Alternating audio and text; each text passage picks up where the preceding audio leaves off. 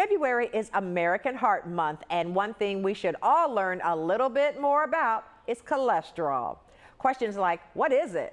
How does it affect your body, and what should you stay away from? And to help us answer those questions, I want to welcome Dr. Jonny Bowden. Thank you so much for talking to us.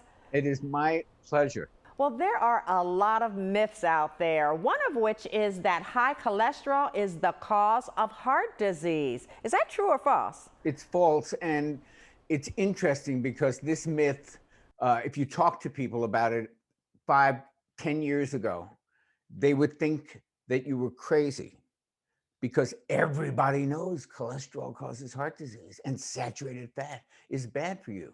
But in the last 10 years, the research has started to support this point of view. And there's no longer just me and Sinatra talking about it.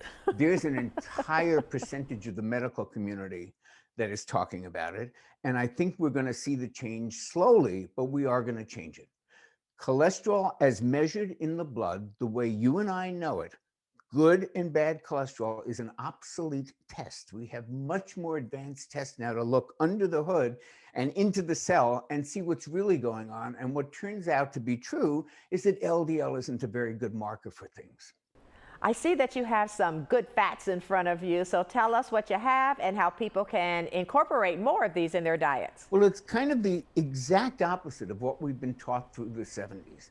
We were taught that because cholesterol causes heart disease and saturated fat sometimes raises cholesterol, saturated fat was demonized. If you think about it, the only reason you have ever, and I'm talking to the whole audience, the only reason any of us have ever been told not to eat saturated fat and animal products is because it raises cholesterol. But if that hypothesis is not really true, what happens to the demonization of saturated fat? It kind of crumbles like a house of cards. And here's the thing. We've had a dozen studies since 2010 showing that saturated fat is not related to heart disease. When you take cholesterol out of the equation, which is all anybody ever looked at, and you say, do people who eat more saturated fat die at a faster rate? Do they have more heart disease? Do they have more admissions to hospitals? The answer is no, no, no, no.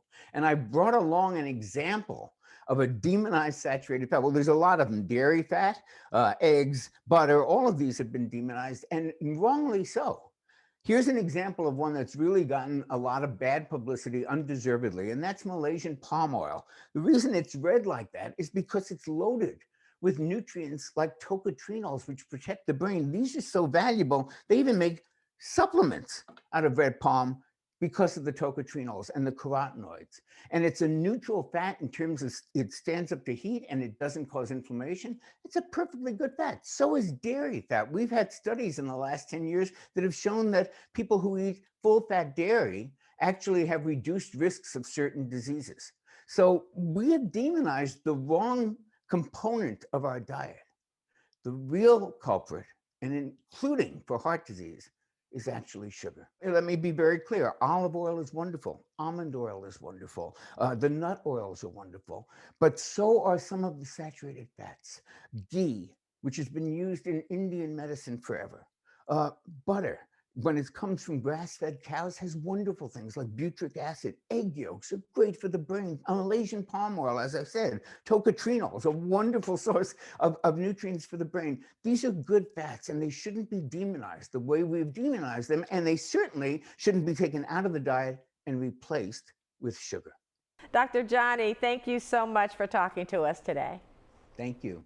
My pleasure.